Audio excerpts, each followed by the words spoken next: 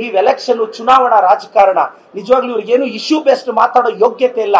ಅಸಮರ್ಥ ರಾಜ್ಯಾಧ್ಯಕ್ಷ, ಅಸಮರ್ಥ ವಿರೋಧ ಪಕ್ಷದ ನಾಯಕ. ಇಂಥ ವಿರೋಧ ಪಕ್ಷದ ನಾಯಕ ಅಸಮರ್ಥ ರಾಜ್ಯಾಧ್ಯಕ್ಷನ ನಾವು ನೋಡ್ಲೇ ಇಲ್ಲ. ನಾನು ಹೇಳಕ್ ಇಷ್ಟಪಡೋದಿಷ್ಟೇ, ದಯವಿಟ್ಟು ಲಾ ಅಂಡ್ ಆರ್ಡರ್ ಡಿಸ್ಟರ್ಬ್ ಮಾಡಬೇಡಿ ಅಂತ ರಿಕ್ವೆಸ್ಟ್ ಮಾಡ್ತೀನಿ.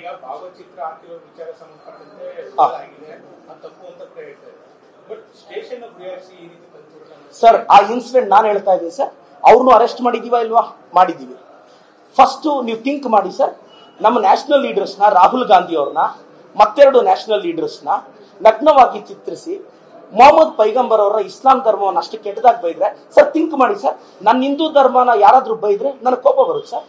ಆ ಇನ್ಸಿಡೆಂಟ್ ಕಂಪ್ಲೇಂಟ್ ಕೊಡಕ್ ಹೋದಾಗ ಅದು ನಡೆದಿದೆ. ನಾವ್ ಇಲ್ಲಿ ಯಾರನ್ನೂ ಪ್ರೊಟೆಕ್ಟ್ ಮಾಡ್ತಿಲ್ವೇ? ಇವತ್ತು 144 ವೈಲೇಟ್ ಮಾಡಿದ್ರೆ ಅಶೋಕ್ ಅವ್ರನ್ನು ಅರೆಸ್ಟ್ ಮಾಡ್ತಿದ್ವಿ. ನಾನು ಸಮರ್ಥಿಸ್ಕೊಂತ ಇಲ್ಲ. ಅವ್ರನ್ನು ಅರೆಸ್ಟ್ ಮಾಡಿದ್ದಾರೆ, ಇವ್ರನ್ನು ಅರೆಸ್ಟ್ ಮಾಡಿದ್ದಾರೆ. ಇನ್ಸಿಡೆಂಟ್ ಇಲ್ಲಿ ಬಿಡ್ಬೇಕು ತಾನೆ?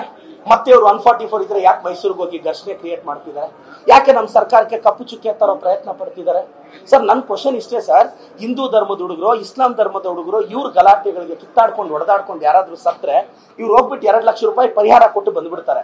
ಅದು 2 ಲಕ್ಷ ಕೊಡೋ ಯೋಗ್ಯತೆನೂ ಇಲ್ಲ ಬಿಜೆಪಿ ಅವ್ರಿಗೆ. ಇದು ಬಹಳ ನೋವಿನ ಸಂಗತಿ.